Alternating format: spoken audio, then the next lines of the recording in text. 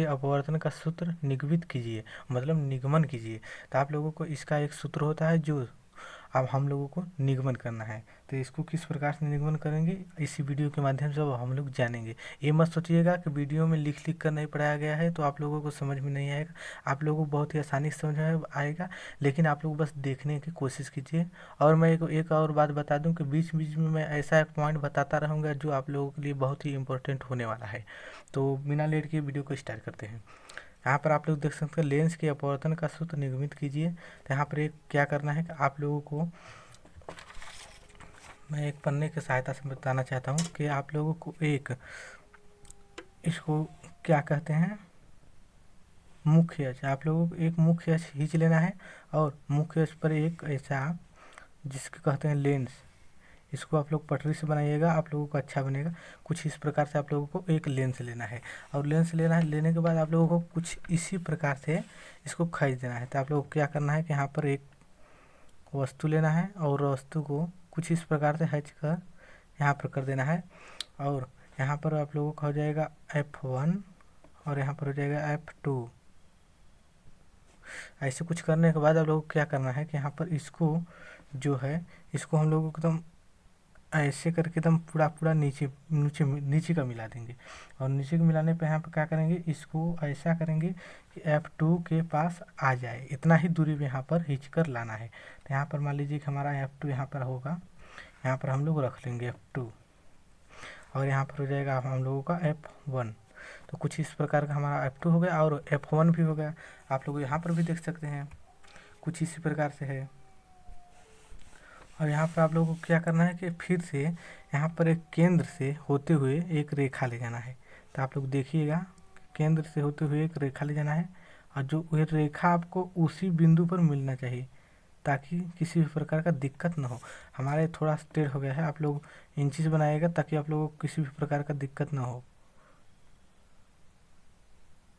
बीच वाला होगा टेढ़ हो जा रहा है क्योंकि मैं हाथ से बना रहा हूँ। तो आप लोगों को क्या करना है, एक इंची और इंची की सहायता से बनाना है ताकि आप लोगों का कोई भी दिक्कत न हो। तो कुछ इस प्रकार से आप लोगों को सबसे पहले इसको बनाना है और इसमें नाम जो है नाम इसे यहाँ पर दे देना है। यहाँ पर केंद्र को O से प्रदर्शित करते हैं और यहाँ पर C।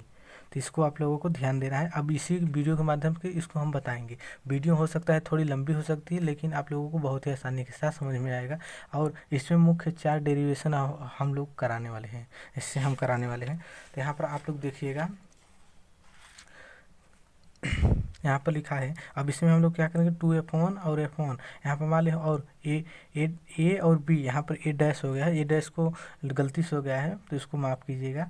तो इसको यहाँ पर कुछ इस प्रकार से खींचने के बाद यहाँ पर अब लिखेंगे मानेंगे कि माना एक उत्तल लेंस के सामने वस्तु ए बी का प्रतिबिंब चित्रानुसार ए डैश बी डैश पर बनता है।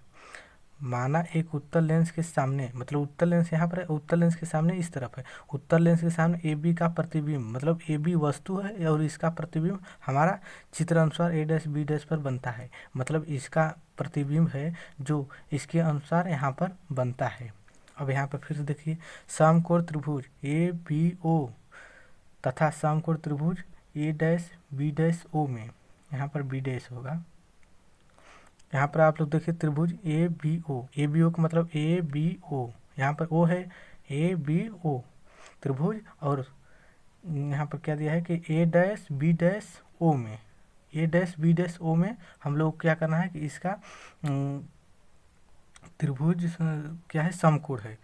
तो समकोण है तो यहाँ पर आप लोग देख सकते हैं कि कोण ए यहाँ पर ए है और ए डैश है। आप लोग मतलब कि आप लोग देखिएगा ध्यान दीजिएगा। तो यहाँ पर हो जाएगा ए डैश और ए डैश है और यहाँ पर ए है। तो यहाँ पर कोण ए बराबर, जैसे यहाँ पर समझिए कि यहाँ पर कोण जो है ए है तो ये हमारा 90 अंश पर है और कोण यहाँ पर ए भी है और यह भी 90 अंश पर है। तो हम लोग क्या करेंगे कोण ए बराबर यहाँ पर कोण ए और कोण ए डैश, कोण ए और कोण ए डैश बराबर 90 अंश हो गया। उसी प्रकार अब यहाँ पर देखिए कोण बी ओ ए, तो यहाँ पर देखिएगा कोण बी ओ ए बराबर कोण बी ओ ए डैश, मतलब बी डैश ओ ए डैश समरूप, मतलब शीर्षाभिमुख से ये दोनों ही बराबर हैं।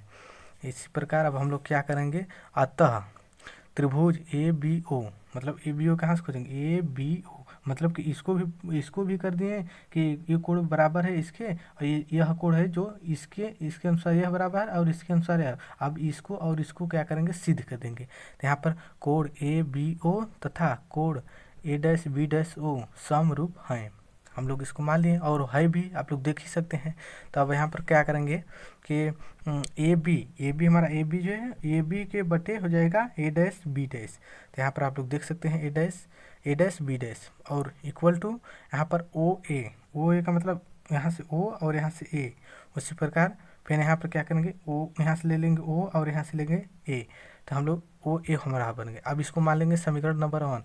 अब जिसको ऐसे यहाँ पर माने हैं समरूप, ये दोनों समरूप हैं, इसी प्रकार हम लोग क्या करेंगे यहाँ पर, इसी प्रकार इसको भी मानेंगे। जैसे मैं आप लोगों को मैं बताना चाहता हूँ,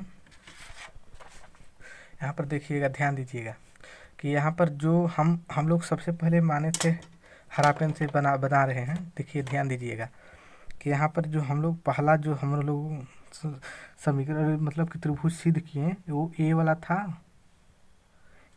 और दूसरा क्या था, ए वाला था। ये पूरा था, ये पूरा था। अब इस बार जो हम लोग सिद्ध करेंगे तो यहाँ पर सिद्ध अब इस वाले को करेंगे हम लोग। तो आप लोग ध्यान दीजिएगा, ये नीला वाला जो हम चला रहे हैं यहाँ से, ए वाला सिद्ध करेंगे और इसके बराबर करेंगे ए वाला, कुछ इस प्रकार से ये दोनों को सिद्ध करेंगे। तो नीला वाला आप लोगों को दिखाई दे रहा होगा, हमको हरा समय इसको और इसको हम लोग सिद्ध करेंगे। तो यहाँ पर आप लोग देख लीजिएगा कि ए वाला और ये वाला त्रिभुज यहाँ पर और यहाँ पर दिया है, इस पर करेंगे तो आप लोग समझिए कि यहाँ पर खींचा जाता है ज़्यादा, तो देखने में अच्छा नहीं लगता है। तो आप लोग समझ गए होंगे, आशा होता है होंगे। तो यहाँ पर अब क्या करेंगे, इसी प्रकार अब इस वाले त्रिभुज को, मतलब कि इस वाले त्रिभुज को अब हम लोग फिर से यहाँ पर मान लेंगे। अब यहाँ पर देख लीजिए कि त्रिभुज COF2 मतलब कि F2 हो गया, और तथा त्रिभुज F2 A dash B dash में मतलब कि F2 B dash A dash में, तब क्या करेंगे यहाँ पर देखिएगा, ध्यान दीजिएगा कि यहाँ पर हो गया CO मतलब कि CO बटे यहाँ पर A dash B dash equal to यहाँ पर हो जाएगा F2 और हो जाएगा बटे यहाँ पर देख ही सकते हैं F2 A dash, F2 A dash मतलब A डैश यहाँ से यहाँ तक और यहाँ से यहाँ तक लिए हैं। तो हम लोगों का हो गया यहाँ पर अब B परंतु मतलब कि B इनवर्स परंतु AB बराबर OC है। मतलब कि आप लोग ध्यान दीजिएगा कि हमारा जो यहाँ पर यह वस्तु की लंबाई है और वस्तु की लंबाई के बराबर ही जो मुख्य अक्ष का रेखा है B, जिसे हम लोग मुख्य रेखा कहते हैं, जो बीच से चलता है, और इसी के एक समांतर रेखा खींची गई, तो इसकी जो लंबाई होगी और इसकी लंबाई होगी तो वो सेम ना होगी। समांतर रेखा कभी भी उसमें जो है घटती बढ़ती नहीं, वो हमेशा सेम डायरेक्शन में और एक ही कोण पर चलती हैं। तो आप लोगों को पता होना चाहिए, क्योंकि अगर आप लोगों को नहीं पता होगा तो एक लेज़र लाइट लीजिए और इसे सोच करके देखिए कि वो दोनों सोच ही जाएंगे, अलग अलग हमेशा रहेंगे, कभी भी एक में सटेंगे नहीं।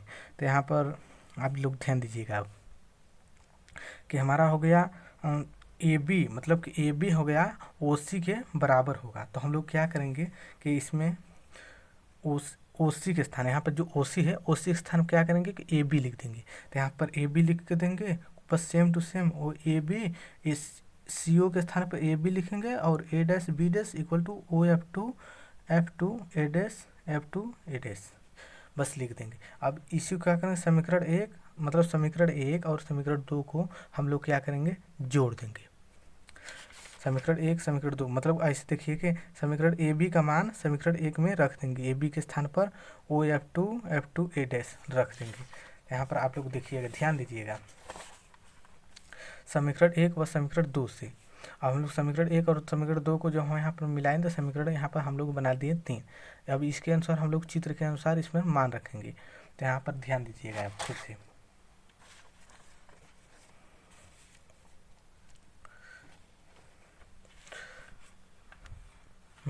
ध्यान दीजिएगा आप लोग कि यहाँ पर आप लोग देख सकते हैं कि ओ ए हमारा, अभी इसका चित्र के अनुसार हम लोग मान रखेंगे कि ओ ए क्या है, ओ ए डैश क्या है, equal to O F two क्या है, एफ टू ए डैश क्या है। तो यहाँ पर आप लोग ध्यान दीजिएगा कि ओ ए हमारा जो है यहाँ से ओ और ए हमारा कहाँ हो गया, ए डैश, मतलब ए हमारा यहाँ पर है और बी यहाँ पर है और यहाँ पर हो गया ए डैश बी डैश।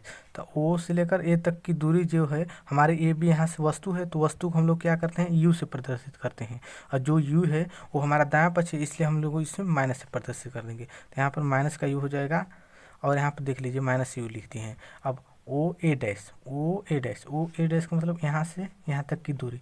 अब इस वस्तु का प्रतिबिंब यहाँ पर बन रहा है, तो इस प्रतिबिंब को क्या करते हैं, भी से प्रदर्शित, और ये बन रहा है राइट, मतलब कि दाएं पक्ष में बना है, दाएं पक्ष में हो जाएगा प्लस का भी। इसी प्रकार आप लोग देखिएगा कि ओ एफ टू का मतलब यहाँ से यहाँ तक का दूरी हमारा जो है ओ एफ है, तो हम लोग उसको एफ लिखेंगे, यहाँ पे एफ हो गया। अब एफ टू ए डैश का मतलब हम लोगों का हो जाएगा यहाँ से यहाँ तक का दूरी।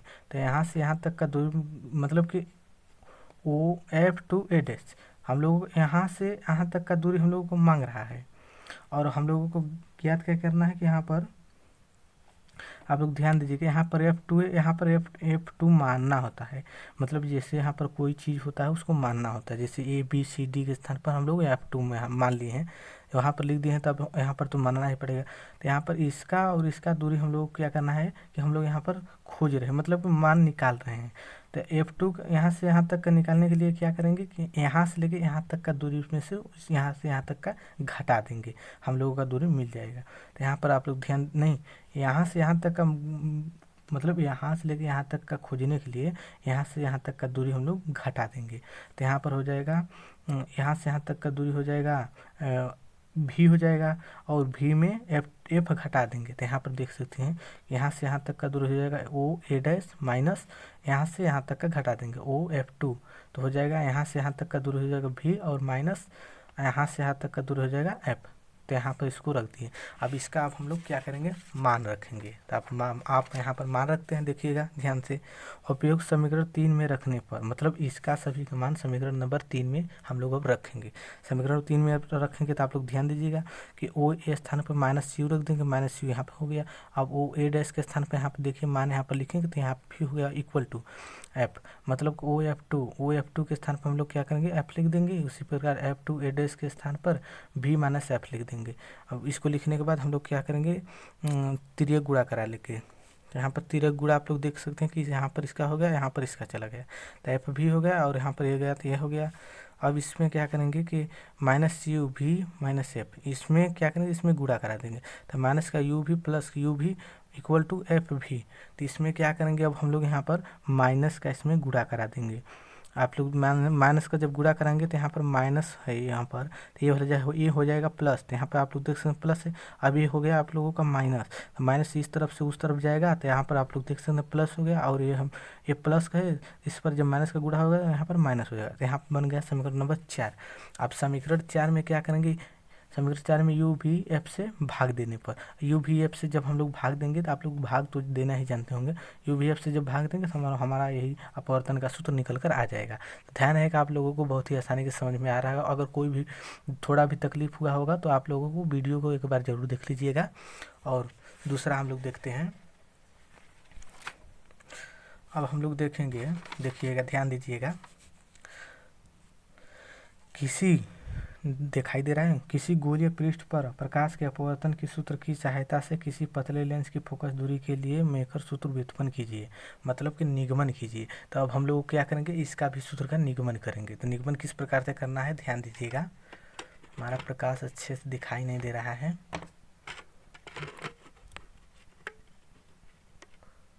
हाँ ठीक है। अब तो यहाँ पर ध्यान दीजिएगा कि यहाँ पर निगमन करना है। तो निगमन किस प्रकार से करेंगे, तो आप लोग यहाँ पर ध्यान दीजिएगा। हमारा यह जो है यहाँ पर यह एक लेंस है, जो लेंस हमारा गोला है उसको हमारा लेंस है, जो हमारा इधर का जो मतलब कि जो लेंस होता है ये मोटा होता है, जो सघन होता है, इसको हम N2 से प्रदर्शित करते हैं। और जो बाहर होता है वायु जो खुला होता है उसको हम लोग कहते हैं विरल माध्यम। तो विरल से सघन माध्यम के जा रहा है। तो यहाँ पर कुछ इस प्रकार से दिखाई दे रहा है। तो यहाँ पर इसको पढ़ेंगे तो आप लोगों को इसको भी अच्छे से समझ में आता चलेगा जाएगा। तो यहाँ पर ध्यान दीजिएगा, माना कोई गोलीय पृष्ठ जिसकी वक्रता त्रिज्या r है। तो यहाँ से यहाँ तक का जो हमारा दर्पण है तो इसका वक्रता त्रिज्या हमारा r हो गया है। अब दूसरे गोलीय पृष्ठ के अनुपस्थिति में, मतलब कि दूसरे यहाँ से ये एक ध्यान दीजिएगा, यहाँ पर एक है, इस तरफ का है। अब इसके अनुपस्थिति मतलब कि यहाँ से जो है इस तरफ का नहीं है। मान लीजिए कि इस तरफ का नहीं है, तब उसके अनुपस्थिति में बिंदु वस्तु O का प्रतिबिंब I डैश पर बनता है। मतलब यहाँ पर ध्यान दीजिएगा, बता रहे हैं मेरे को कि हमारा जो यहाँ पर कुछ इस प्रकार से गोला है और गोला में कुछ इस प्रकार से हमारा एक वस्तु, ध्यान दीजिएगा कि यहाँ पर एक वस्तु है।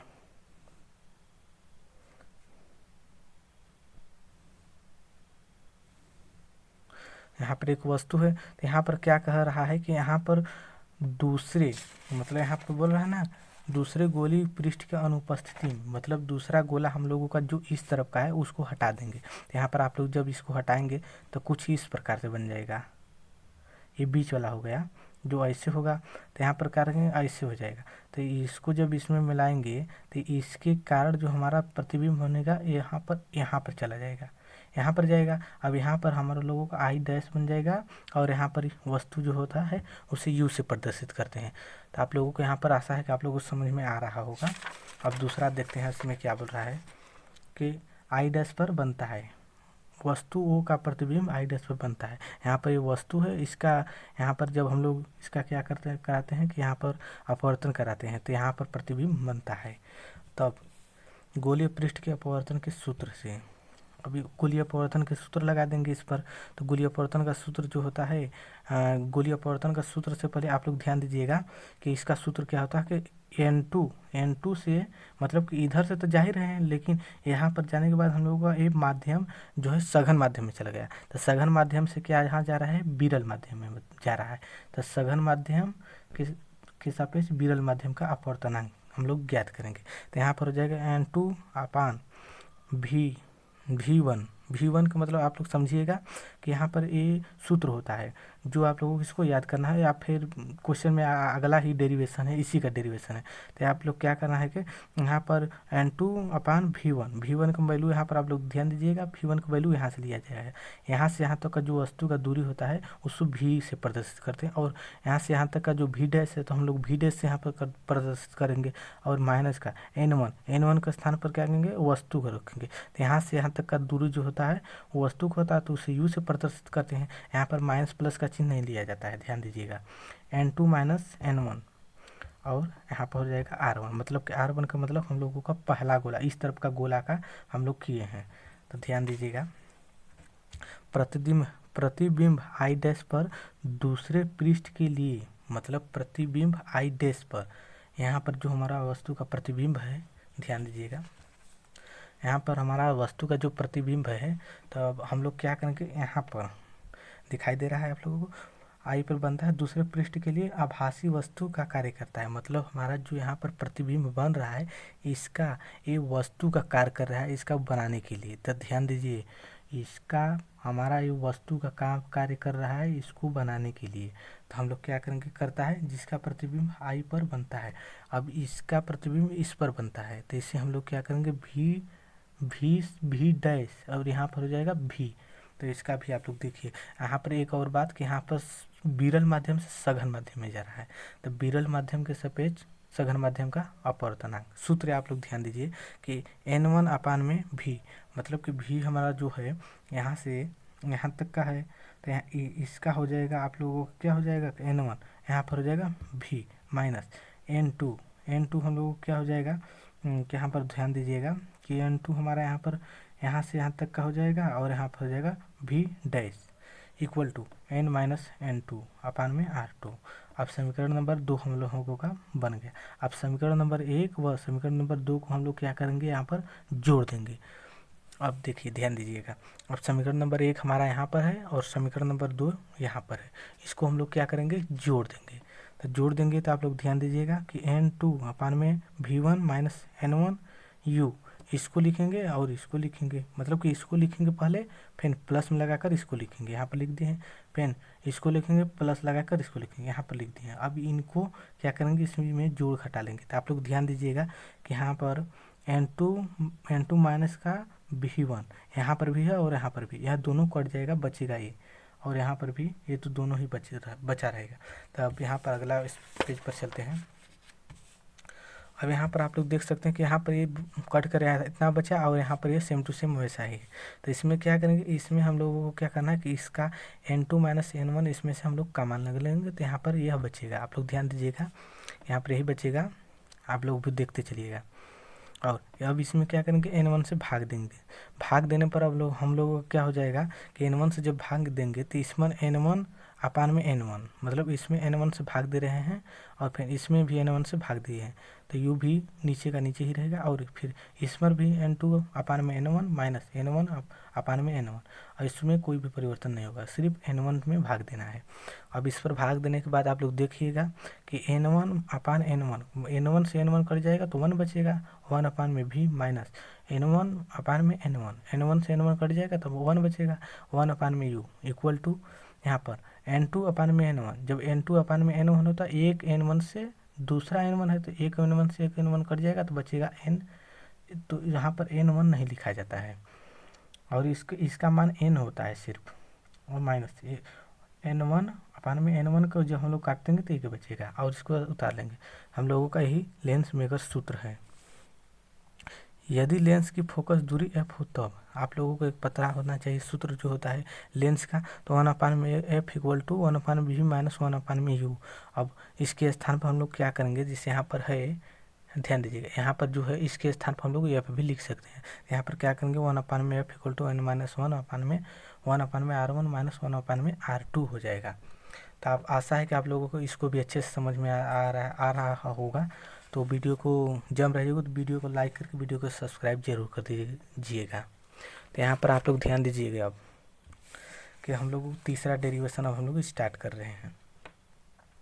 किसी उत्तर गोलीय पृष्ठ से अपवर्तन का सूत्र निगमित कीजिए। विरल माध्यम, ये जो वायु में है उसको विरल माध्यम कहेंगे, और जो यहाँ पर आप लोग ध्यान दीजिएगा, इससे मैं कुछ इस प्रकार से बताना चाहता हूँ। ध्यान दीजिएगा कि हमारा यहाँ पर प्रश्न पढ़िए, किसी उत्तल गोलीय पृष्ठ से अपवर्तन का सूत्र निगमन कीजिए।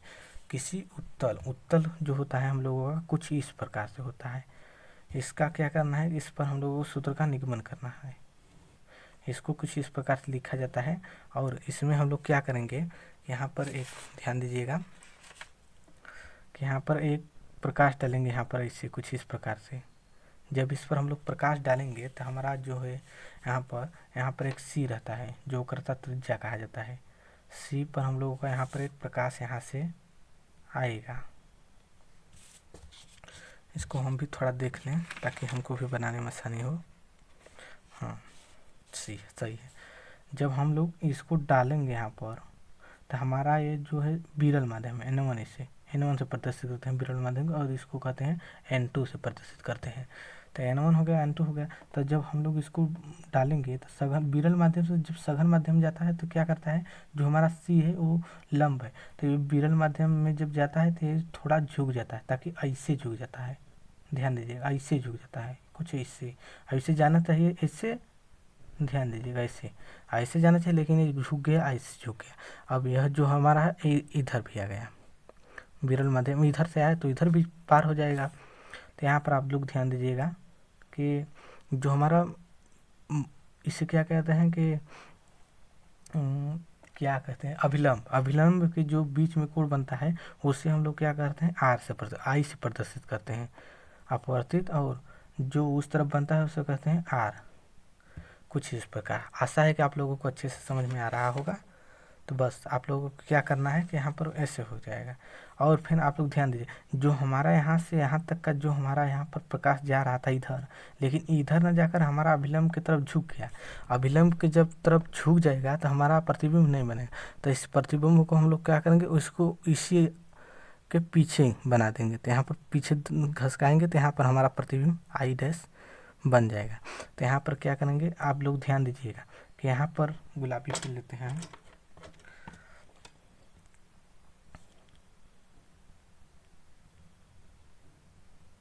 हाँ, आप लोग ध्यान दीजिएगा, दिखाई तो अच्छा से नहीं दे रहा है मगर आप लोग कोशिश कीजिए दिखने का। तो यहाँ पर आप लोग ध्यान दीजिए कि यहाँ पर जो है, यहाँ पर हमारा जो मतलब कि गुलाबी कलर से इसको दर्शाए हैं, यहाँ पर गुलाबी कलर से दर्शाए, यहाँ पर पूरा ये मान जो है हमारा हम लोगों का हो गया आई, और यहाँ पर हो गया आप लोगों का आर। तो आई और आर हो गया, तो इसको अब हम लोग क्या करेंगे, तो यहाँ पर आप लोग ध्यान दीजिएगा कि जो हमारा आर है वो आर हमारा पूरे का बराबर है आई का, मतलब इसका पूरा बराबर है इसके। तो इसको हम लोग क्या करेंगे, ध्यान दीजिएगा,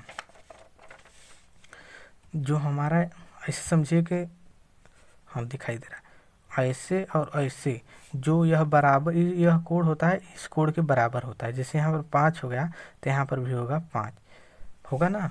तो आप लोग ध्यान दीजिएगा, यहाँ पर 5 हो गया इस तरफ का, तो इस तरफ भी 5 हो जाएगा। तो यहाँ पर 5 हो जाएगा, तो समझिए कि ये समर भी एक जो खंड है, तो इस पूरे खंड का हो गया 5 है। तो 5 में से और इसको घटा देंगे, तब यह जो हमारा गुलाबी कलर का है यह वाला, ध्यान दीजिएगा, जो हमारा यह हारा दिखाई दे रहा है, दिखाई तो नहीं दे रहा है, जो हमारा यहाँ पर है जिसको हम रगड़े, रुक ध्यान दीजिएगा, जो हमारा यहाँ पर एक कोण बना, जो हमारा ये बीच वाला कोण है, इस कोण को हम लोग क्या करेंगे कि यहाँ पर ध्यान दीजिएगा, यहाँ पर लिख देंगे आर माइनस आई, यह कोण का हो जाएगा, यह मान हो जाएगा। तब इसी को हम लोग क्या करेंगे, अब इस चित्र पर हम लोग समझते हैं, ध्यान दीजिएगा अच्छे से। अब हम लोग यहाँ पर चलते हैं, माना कोई उत्तल गोलीय पृष्ठ, उत्तल गोलीय पृष्ठ हम लोग ले लिए।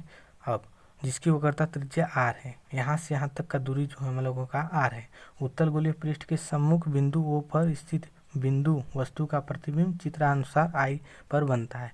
मतलब कि यहाँ पर एक वस्तु है, यहाँ से यहाँ तक का जो सफ़र करता है, यह अभिलंब की तरफ झुक जाता है, इसको जाना चाहिए उधर। अब अभिलंब की तरफ जब झुक गया तो इसका जो हमारा प्रतिबिंब अब यहाँ पर जाएगा तो ऊपर ही चला जाएगा। तो क्या करेंगे, इसको पीछे घसका देंगे, पीछे घसकाने पर हमारा जो प्रतिबिंब है आई पर बनेगा। अब पीछे घसकाने पर और वक्रता त्रिज्या को मिलाया जाता है, वक्रता त्रिज्या को मिलाने पर यहाँ पर आई पर हो गया। तो अब यहाँ पर देखिएगा, ध्यान दीजिएगा, चित्रानुसार आई पर बनता है। माना कोण ए, कोण ओ, कोण ओ को हम लोग अल्फा कर दिए, और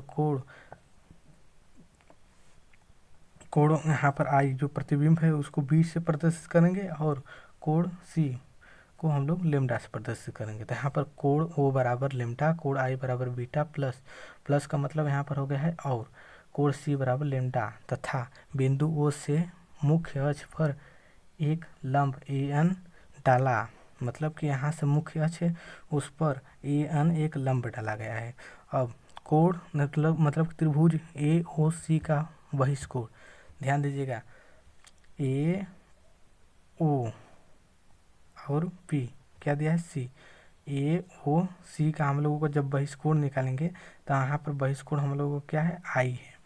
इस पूरे का मान, ध्यान दीजिएगा, इस पूरे का मान बस इतना का लिया जा रहा है, इसको छोड़ दीजिए, बस यही त्रिभुज का मान लिया जा रहा है। तो हमारा इसका हो गया आई हो गया, यहाँ पर पहले पूरा कोण को माना जाएगा। तो इसका बहिष्कोण निकालेंगे तो यहाँ पर क्या करेंगे, आई इक्वल टू अंदर का भुजाओं को जोड़ देंगे, अंदर का भुजा जोड़ देंगे तो यहाँ पर होगा I equal to alpha plus lambda, समीकरण नंबर 1 बना देंगे। इसी प्रकार त्रिभुज आई हमारा यहाँ पर है आई ए सी में बहिष्कोण आर। यहाँ पर ध्यान दें, यहाँ से जब हम लोगों का इसका त्रिभुज बनाएंगे 3 का, तो हमारा लोगों का जो यहाँ से त्रिभुज बना है तो यहाँ पर आर जो है बहिष्कोण हो जाएगा। तो आर को ज्ञात करने के लिए आई प्लस लेमडा को जोड़ देंगे, तो यहाँ पर आई प्लस लेमडा को जोड़ दिया गया है और समीकरण नंबर 2 बन गया है। अब स्नेल के नियम से S I equal to S R equal to N2/N1, ध्यान दीजिएगा यहाँ पर विरल माध्यम से सघन माध्यम में जा रहा है, इसलिए N2/N1 हो जाएगा। यदि आई और आर बहुत छोटे कोण हो तब एस आई को हम लोग लिख सकते हैं आई और एस आर को लिख सकते हैं आर। मतलब कि यहाँ पर हो जाएगा आई और यहाँ पर हो जाएगा आर। इसको कुछ इस प्रकार से यहाँ पर दर्शाएगा, देख सकते हैं आप लोग। अब इसका तिर्यक गुणा करा दीजिएगा, आई N1 इसका यहाँ पर हो जाएगा और यहाँ पर इसका हो जाएगा, तो R N2 हो जाएगा। समीकरण 1 व 2 से अब समीकरण 1 और 2 का मान यहाँ पर रख देंगे, आई और आर का। आप लोग ध्यान दीजिएगा, यहाँ पर जो है यहाँ पर समीकरण नंबर 1 और समीकरण नंबर 2, इसको हम लोग, इसका हम लोग क्या करेंगे, मान इसको यहाँ पर रख देंगे। तो इसका जब हम लोग मान रखेंगे तो हम लोगों का हो जाएगा अल्फ़ा प्लस लेमडा। यहाँ पर देख सकते अल्फ़ा प्लस लेमडा, यहाँ पर मान हो गया। अब उसी प्रकार n1 हो जाएगा इक्वल टू, अब यहाँ पर आर का मान रखेंगे, आर का मान हो जाएगा बीटा प्लस लेमडा। तो बीटा प्लस लेमडा और n2 का मान यहाँ पर रख देंगे। अब यहाँ पर करने के बाद क्या करेंगे कि यहाँ पर इसका इसमें मल्टीप्लाई अंदर करा देंगे। यहाँ पर हो जाएगा एन अल्फ़ा n1, यहाँ पर देख सकते हैं प्लस अल्फ़ा n1। उसी प्रकार यहाँ पर देखिएगा यहाँ पर हो जाएगा अल्फ़ा n2 और फिर इस पर कराएंगे तो हो जाएगा बीटा n2। यहाँ पर देख सकते हैं। अब क्या करेंगे, अल्फ़ा जो लेमडा वाला वैल्यू है, लेमडा वाला वैल्यू को क्या करेंगे, एक तरफ कर देंगे। तो लेमडा वाले वैल्यू को, इस वाले वैल्यू को हम लोग उस तरफ ले जाएंगे और बीटा वाला जो वैल्यू है, बीटा वाले वैल्यू को इस तरफ ले जाएंगे। तो लेमडा वाला वैल्यू को जो हम लोग लेमडा n1 को इस तरफ ले जाएंगे। तो आप लोग यहाँ पर देखिए कि माइनस का लेमडा n1 यहाँ पर इस तरफ आ गया और बीटा को इस तरफ ले जाया गया। अब यहाँ पर ले जाने के बाद क्या करेंगे, लेमडा को कॉमन ले लेंगे और इसको ऐसे ही रख देंगे और समीकरण नंबर 3 बना देंगे। ध्यान दीजिएगा।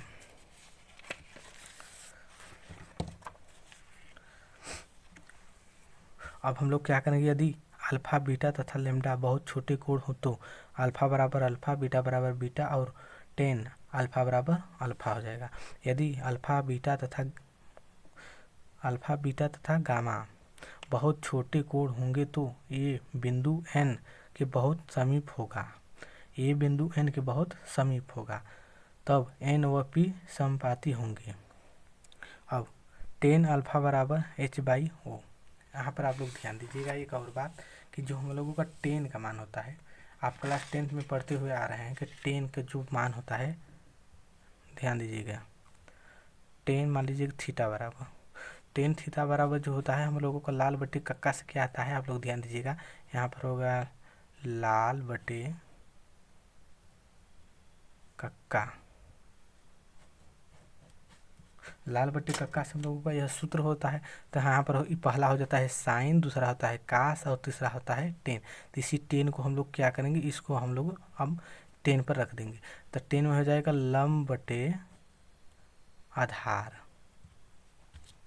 तो आप लोग ध्यान दीजिए।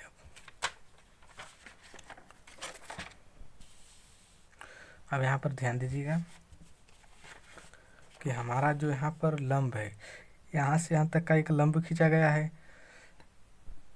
इस लंब को हम लोग क्या करेंगे, ऊंचाई दे देंगे h। अब h हो गया, अब इसका h हो गया और इसका आधार यहाँ से यहाँ तक का। यहाँ पर आप लोग देख सकते हैं कि टेन अल्फ़ा बोला है, तो टेन अल्फ़ा मतलब कि इस कोण से लिया जा रहा है। तो टेन अल्फ़ा इसका और इसका मान रखेंगे तो h/u हो जाएगा। आप लोग यहाँ ध्यान दीजिएगा, यहाँ पर हो जाएगा h/PO हो जाएगा, इसलिए क्योंकि यहाँ से यहाँ P है और यहाँ पर O है, तो PO हो जाएगा। उसी प्रकार यहाँ पर देखिए बीटा h/PI, मतलब PI का मतलब यहाँ से P और यहाँ से हो जाएगा I। इसी प्रकार ध्यान दीजिएगा, टेन बीटा गामा हो जाएगा, गामा हो जाएगा h/PC का मतलब कि यहाँ पर आप लोग ध्यान दीजिए, यहाँ से यहाँ तक का दूरी h/P और C हो जाएगा। उसी प्रकार अब आगे देखिएगा। अब अल्फ़ा बीटा तथा गामा का मान समीकरण नंबर 3 में रखने पर, अब समीकरण 3 में रखने पर हम PO हमारा यहाँ पर देखिएगा, ध्यान दीजिएगा, जो हमारा यहाँ से यहाँ पर तो दिखाई नहीं दे रहा है, छोड़िए इसको, ध्यान दीजिए, इसी में ध्यान दीजिए, हम बता दे रहे हैं।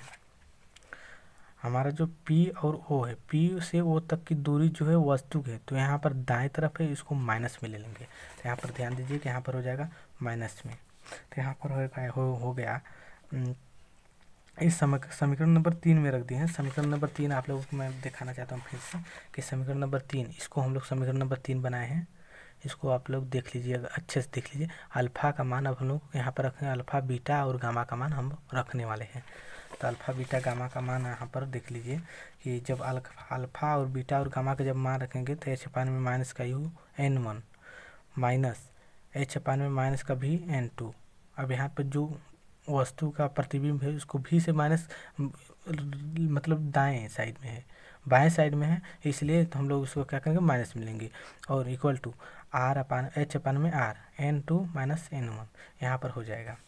अब ध्यान दीजिएगा, अब यहाँ से क्या करेंगे, h यहाँ पर भी दिखाई दे रहा है और h यहाँ पर भी दिखाई दे रहा है, तो h और h को हम लोग कॉमन लेंगे। यहाँ से माइनस है, यहाँ पर माइनस है, तो माइनस माइनस मिलकर हो जाएगा प्लस। तो ये प्लस वाले को हम लोग आगे कर देंगे, ये माइनस है तो इसको हम लोग क्या करेंगे पीछे कर देंगे। तो यहाँ पर हो जाएगा n2 अपान में भी, यहाँ पर देख सकते हैं, और फिर इसको पीछे कर देंगे तो माइनस n1 अपान में u हो जाएगा इक्वल टू h अपान में r, और इसको सेम टू सेम ऐसे ही उतार देंगे। अब यहाँ पर ध्यान दीजिए कि h से h हमारा हम लोगों का कट जाएगा, तो h से h कट जाएगा तो इसको हम लोग क्या करेंगे, इसको लिख देंगे और इसको लिख देंगे। यह हमारा भी जो आने वाला है हम लोगों का क्या कहते हैं उस उत्तर अब आने वाला है बहुत ही आसानी के साथ। अब समीकरण 4 में इसको समीकरण नंबर 4 बना देंगे। आप लोगों को दिखाई दे रहा था नहीं, हाँ, समीकरण नंबर इसको हम लोग 4 बना देंगे। समीकरण 4 में क्या करेंगे, n1 से भाग दे देंगे।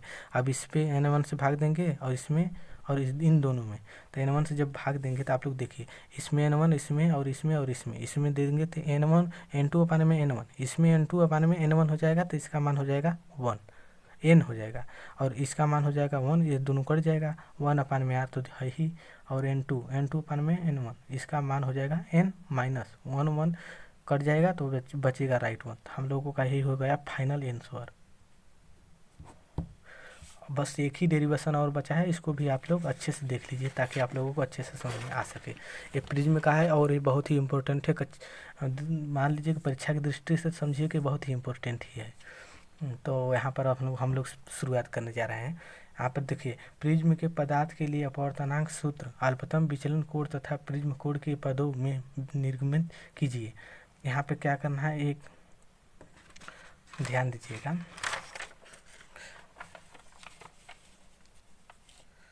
यहाँ पर एक प्रिज्म हम बना लेते हैं। सबसे पहले आप लोग ध्यान दीजिए, यहाँ पर एक प्रिज्म बना लेते हैं। दिखाई दे रहा है, रुकिए थोड़ा,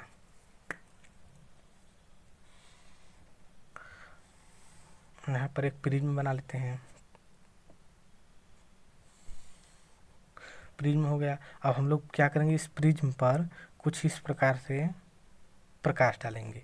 अभी यह प्रकाश को हम लोग यहाँ पर जब इसमें जाएगा तो कुछ इस प्रकार से मुड़ जाएगा। प्रिज्म है, प्रिज्म बहुत मोटा होता है, इसमें वो सीधे सीधे प्रकाश नहीं चलता है, तो यह जब इधर जाएगा तो यहाँ पर क्या हो जाएगा कि ये फिर से यहाँ पर झुक जाएगा, जिस प्रकार से आया है उसी प्रकार से यहाँ पर लौट जाएगा, ऐसे हो जाएगा कुछ इस प्रकार से। तो यहाँ पर क्या करेंगे कि जो हमारा यहाँ पर जा रहा था, अब इसको अगर डॉट डॉट कर कर देखें तो हमारा जा रहा था वो कुछ इस प्रकार से जा रहा था, और यहाँ से अगर इसको भी देखा जाए तो यह जो है कुछ इस प्रकार से यह भी जा रहा था। तो हम लोगों का जो यहाँ पर दो बिंदु मिला है, इसे मान लीजिए ऐसे मिला है, तो इस वाले बिंदु को हम लोग क्या कहते हैं, इसको कहते हैं विचलन कोण। विचलन कोण जिसे हम SM से प्रदर्शित करते हैं। और अब इसको समझिए कि यहाँ पर इसको भी ऐसे आप लोगों को मिला देना है, समझिएगा ध्यान से, कुछ इस प्रकार से इसको भी ऐसे मिला देना है। इसको जब मिलाएंगे तो यहाँ पर अब इसको नाम दे देते हैं, तो इसका नाम हो जाएगा A, इसका नाम हो जाएगा B, और इसका नाम हो जाएगा C, इसका भी नाम देते हैं D, इसका नाम यहाँ पर दे देते हैं E, अब यहाँ पर हो जाएगा इसका P, इसका नाम दे देते हैं Q, इसका नाम दे देते हैं R, और इसका नाम देते हैं S। अब आप लोग ध्यान दीजिए कि यहाँ पर जो लंब है जिसे कहते हैं अभिलंब, जब प्रकाश का अपवर्तन करते हैं तो यहाँ से यहाँ तक जब हमारा प्रकाश जाएगा तो जो प्रकाश जाएगा और अभिलंब के बीच में जो कोण बनता है उसे किससे प्रदर्शित करते हैं, उसे I से प्रदर्शित करते हैं। उसी प्रकार यहाँ से जब यहाँ से हम लोग प्रकाश डालेंगे एक, तो यह हमारा जब प्रकाश जाएगा तो यहाँ पर क्या हो जाएगा, इसको हम लोग I डैश से प्रदर्शित करेंगे, क्योंकि आई यहाँ पर होगा तो इसको आई डैश से प्रदर्शित करेंगे। आप यहाँ पर आप लोग ध्यान दीजिएगा, जो हमारा यह कोण है इस कोण के बराबर है, यह दोनों कोण के बराबर है। आप लोग ध्यान दीजिएगा, जब हमारा यहाँ से प्रकाश चला है तो हमारा यहाँ पर प्रकाश जब चलेगा इधर जाएगा तो यहाँ पर भी अभिलंब, और अब यहाँ से प्रकाश हमारा परावर्तित हो रहा है, तो इसको हम लोग क्या करेंगे, इसको R से प्रदर्शित करते हैं। ध्यान दीजिएगा, जब हमारा यहाँ से प्रकाश चलेगा और यहाँ पर अभिलंब है, अभिलंब और प्रकाश के अपवर्तन परावर्तन पर जब हम लोगों का कोण बनता है उसको आर से प्रदर्शित करते हैं। इसी प्रकार यहाँ से जब हम लोगों का कोण मतलब कि प्रकाश चलेगा, फिर यहाँ पर क्या हो जाएगा, परावर्तित हो जाएगा, मतलब कि अब विरल माध्यम से सघन माध्यम में परिवर्तित हो चुका है। तो यहाँ पर जो हमारा अभिलंब है, तो अभिलंब के जो और परावर्तित किरण के जो बीच में कोण बनता है उसे हम लोग क्या कहते हैं, हमारा उधर नहीं जा रहा है, इधर हम लोगों का जो मतलब प्रकाश किरण है हम लोगों का इधर जा रहा है, उसे डॉट करके दिखाया गया है बस। तो यहाँ पर हो जाएगा आर डैश, तब आर डैश और आर हो जाएगा। तो यहाँ पर आप लोग ध्यान दीजिएगा, थोड़ा बात एक और स्टेप रह गया है। अब देखिएगा कि यह जो अभिलंब है और यहाँ पर समझिए कि यह जो गया है, तो इसका अब मान लीजिए कि फिर से आप लोगों को बताना चाहता हूँ, अगर यहाँ पर जैसे 5 हो गया इसका कोण का, तो यह कोण भी तो 5 ही होगा। तो यहाँ पर जो आई है, तो यहाँ पर जब पूरे जब निकालना होगा तो पूरे में से अगर जैसे इसका निकालना है तो इसको क्या करेंगे, आई में से आर निकाल देंगे, तो यहाँ पर हो जाएगा I dash minus R dash. ध्यान दीजिएगा। अब उसी प्रकार इसका भी पूरा हो जाएगा इसमें, तो इसका हो जाएगा आई माइनस आर। बस इसी को आप लोगों को समझना था। अब हम लोग चलते हैं इस पर, आप लोग ध्यान दीजिए। इस पर आप लोगों को मैं अच्छे से बता चुका हूँ, इसमें किसी भी प्रकार का दिक्कत नहीं होना चाहिए। अगर दिक्कत हो रहा है तो आप लोग समझिए कि उसको आप लोग नहीं समझ पा रहे हैं, उसको आप लोग अच्छे से एक बार ज़रूर देखिएगा ताकि आप लोगों को समझ में आ सके। माना ए बी सी किसी प्रिज्म का मुख्य परिच्छेद है जिसके अपवर्तनांक पृष्ठ ए बी पर पी कोई प्रकाश, मतलब ए और बी पर पी कोई प्रकाश, यहाँ पर कहाँ थे, हाँ पी कोई प्रकाश किरण पी क्यू तिरछा, मतलब कि पी और क्यू तिरछा आपतन कोण, तिरछा आपतन कोण आई, तिरछा आपतन कोण आई पर आपतित होता है, तिरछा आपतन कोण आई पर आपतित यहाँ पर मतलब जाता है। अब जो चित्रानुसार परावर्तक सतह पृष्ठ एसी से आई डैश कोण पर निर्गित हो जाता है, मतलब एसी से आई डैश कोण पर मतलब निकल जाता है। अब यहाँ पर देखिए आपतित किरण पी क्यू, आपतित किरण देखिएगा पी और यहाँ पर है क्यू, आपतित किरण पी क्यू व निर्गित किरण आर एस, यहाँ पर आर और एस है, को पीछे बढ़ाने पर दोनों बिंदु ई पर मिलते हैं। जब हम लोगों को इसको डट करके पीछे बढ़ाएंगे यहाँ से, तो हम लोगों का बिंदु यहाँ पर ई मिलते हैं, जिनके मध्य बना कोण विचलन कोण कहलाता है। ध्यान दीजिए यहाँ पर जो बीच में कोण बना है, इसको दिखाई भी दे रहा है आप लोगों को या नहीं, यहाँ पर जो कोण बना है इसको हम लोग क्या कहते हैं, विचलन कोण कहते हैं। ध्यान दीजिएगा। अब चतुर्भुज हो जाएगा ए क्यू डी आर। ध्यान दीजिएगा हम लोगों का जो हमारा ए है, क्यू, डी और R, A Q D R में हम लोगों को चतुर्भुज में ए प्लस कोण क्यू प्लस कोण डी प्लस कोण आर बराबर 360 अंश। समझिएगा कि ये जो हमारा मतलब कि चलिए हम लोगों का चतुर्भुज है, चतुर्भुज में हम लोग क्या करते हैं, जब चारों कोण को जोड़ा जाता है हम लोगों का हो जाता है 360 अंश हो जाता है। तो यहाँ पर हम लोग क्या हो जाएगा, 360 हो जाएगा। तो आप लोग ध्यान दीजिए कि यहाँ पर यह कोण जो है यहाँ पर है, तो इस पर आप लोगों का जो होता है 90 अंश पर बनाएगा, और इस पर भी आप लोगों का जो है यहाँ पर कोण आर है वो 90 अंश पर बनाएगा। तो आप लोगों को क्या करना है कि कोण क्यू और कोण आर का मान हम लोग क्या करेंगे, 90 अंश कर देंगे। होता है, ऐसा बात नहीं कि हम अपने मन से कर रहे हैं। यहाँ पर 90 कर दिया, 90, और जब 90 उस तरफ ले जाकर घटा देंगे तो 180 हो जाएगा। अब आगे देखिएगा। अब वैसे ही विचलन कोण ई क्यू आर का बहिष्कोण है, मतलब कि ध्यान दीजिएगा, समझिए कि यहाँ पर ई है और त्रिभुज इसका जो बहिष्कोण है ई क्यू आर में जो है हमारा विचलन कोण एस एम है, यह हमारा बहिष्कोण है। तो हम लोग क्या करेंगे, एस एम को पाने के लिए क्या करेंगे, यहाँ पर क्यू और आर को हम लोग जोड़ देंगे। तो यहाँ पर क्यू आर को, यहाँ पर इसका मान आप लोगों को अभी भी बताए थे कि इस तरफ का मान को इसमें से घटा देते हैं तो यहाँ मिल जाता है, इसको मिल जाता है, और इसमें भी वैसे ही सेम टू सेम किया जाता है। तो यहाँ पर अब देखिएगा, अब इसको इस पर कर दिए और प्लस में लगाकर फिर इसको इस पर कर दिए। अब एस एम बराबर, अब इसको क्या कर रहे हैं, खोल दे रहे हैं, तो यहाँ पर हो जाएगा I minus R plus I dash minus R dash, समीकरण नंबर 2 बना देंगे। अब त्रिभुज हो जाएगा क्यू आर डी में, क्यू आर डी, यहाँ पर आप लोग देखिएगा क्यू आर डी कहाँ पर है, ध्यान दीजिएगा, यहाँ पर क्यू आर डी, त्रिभुज क्यू आर डी में हम लोगों को जब तीनों त्रिभुज को हम लोग जोड़ेंगे तो हम लोगों को क्या हो जाएगा, 180 अंश का मान होता है त्रिभुज। तो क्यू आर डी में हो जाएगा त्रिभुज आर आर डैश प्लस कोड डी, जब जोड़ेंगे तो हम लोग को क्या हो जाएगा, 180 अंश हो जाएगा। 180 अंश को हम लोग क्या है यहाँ पर 300 मतलब समीकरण नंबर 3 मान लिए हैं, समीकरण 3 मान लिए हैं। अब समीकरण 3 में अब हम लोग क्या करेंगे कि समीकरण 1 व समीकरण 3 से, अब समीकरण 1 आप लोगों को पता होना चाहिए, समीकरण 1 हम लोग कहाँ बनाए थे, अब ध्यान दीजिएगा। समीकरण 1 हमारा यहाँ पर बना हुआ है, देख लीजिए अच्छे से। और समीकरण 1 में हम लोग क्या करेंगे, समीकरण 3 यहाँ पर आप लोग देख लीजिए। समीकरण 1 और समीकरण 3 से यहाँ पर जब मिलाएंगे तो यहाँ पर 180 का मान है, 180 का मान यहाँ पर रख देंगे। जैसे में यहाँ पर है, देखिएगा यहाँ पर भाग रहा है थोड़ा, हाँ देखिए यहाँ पर कोड ए प्लस कोड डी 180 है, 180 के स्थान पर हम लोग क्या रख देंगे कि यहाँ पर देखिएगा कोड आर प्लस कोड आर डैश प्लस कोड डी को हम लोग यहाँ पर रख देंगे। अब कोड डी से कोड डी हम लोग को जो है कैंसिल हो जाएगा, तो कोड ए बराबर कोड आर प्लस कोड आर डैश, परंतु अल्पतम विचलन कोण की स्थिति में, यहाँ पर पूरा नहीं लिखे हैं तो आप लोग ध्यान दीजिएगा, अल्पतम विचलन कोण के स्थिति में आई का मान हो जाएगा आई डैश और आर का आर बराबर आर डैश हम लोग लिख सकते हैं। तब यहाँ पर हो जाएगा आर प्लस आर, मतलब यहाँ पर जो आर डैश है इसको स्थान पर हम लोग आर लिख दिए, तो यहाँ पर हो जाएगा आर प्लस आर डैश के स्थान पर आर कर देंगे इक्वल टू ए है, तो कोड से अब कोड हट जाएगा तो यहाँ पर हो जाएगा 2r इक्वल टू ए हो जाएगा। अब ए का मान आर का मान निकालना है तो इसको भेज देंगे बटे में, तो यहाँ पर हो जाएगा a/2।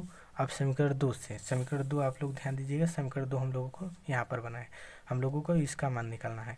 तब समीकरण 2 में क्या करेंगे, ध्यान दीजिएगा कि समीकरण 2 में जो यहाँ पर मान निकाले हैं ना, आई को आई डैश मतलब आई डैश को आई भी लिख सकते हैं और आई को आई डैश भी लिख सकते हैं। तो यहाँ पर क्या करेंगे, समीकरण 2 में I minus R dash minus I dash को क्या करेंगे हम लोग, क्या करेंगे यहाँ पर आई मान लेंगे और आर डैश को भी क्या करेंगे हम लोग आर मान लेंगे। तो यहाँ पर आर डैश को आर मांगे, आई डैश को आई मान लेंगे, तो यहाँ पर हो जाएगा यह आई और यह आई मिलकर हो जाएगा 2i और माइनस माइनस यह 2r हो जाएगा। तो आप लोग यहाँ पर ध्यान दीजिए कि यहाँ पर 2r बराबर ए होता है, तो 2r बराबर ए होता है। यहाँ पर देखिए 2i माइनस 2r बराबर होता है ए, यहाँ पर देखिएगा 2r से ए होता है, तो हम लोग क्या करेंगे 2r के स्थान पर हम लोग ए लिखेंगे। तो यहाँ पर ये हो गया है, समझिए, तो माइनस इस तरफ है, माइनस से इस तरफ जाएगा, उस तरफ हो जाएगा प्लस का, तो यहाँ पर हो जाएगा प्लस इक्वल टू, यहाँ पर हो गया 2i हो गया, तो 2i हम लोग हो जाएगा जब, तो यहाँ पर i का मान निकाल देंगे, तो 2 को हम लोग इस तरफ भेज देंगे तो हो जाएगा, यह इस तरफ गुणे में है तो इस तरफ हो जाएगा बट्टे में जाएगा, 2 आ जाएगा। यहाँ पर हो गया हम लोगों को i का मान, ध्यान दीजिएगा। अब स्नेल के नियम से n बराबर साइन आई अपन में साइन आर, अब साइन आई का मान हम लोग रखेंगे, तो यहाँ पर आप लोग ध्यान दीजिएगा, साइन आई का मान हम लोग अभी निकाले हैं ना, हाँ यहाँ पर है, साइन आई का मान अभी यहाँ पर निकाले, साइन आई का मान हो जाएगा डेल्टा मतलब विचलन कोण m प्लस ए अपान में 2। तो यहाँ पर क्या करेंगे, इसके साइन आई के स्थान पर, आई के स्थान पर इसको मान रख देंगे और साइन आर के स्थान पर, आर का मान यहाँ पर ध्यान दीजिएगा, आर के स्थान पर हो जाएगा बराबर a बटे में 2, तो यहाँ पर a बटे में 2, इसके स्थान पर हो जाएगा a बटे में 2। अब इसको क्या करेंगे, यहाँ पर लिख देंगे अच्छे से, हमारा फाइनल आंसर आ गया। अब इस पर भी ध्यान दीजिएगा,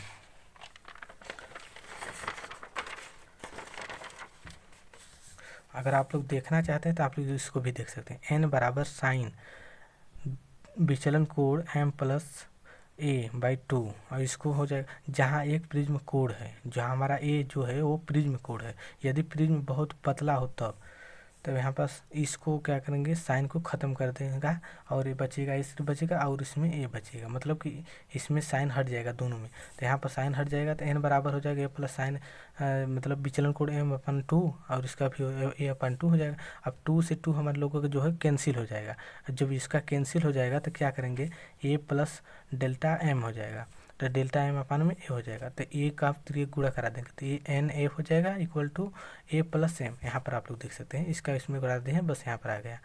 अब इसको कराने के बाद हम लोग क्या करेंगे, ए को उस तरफ भेज देंगे।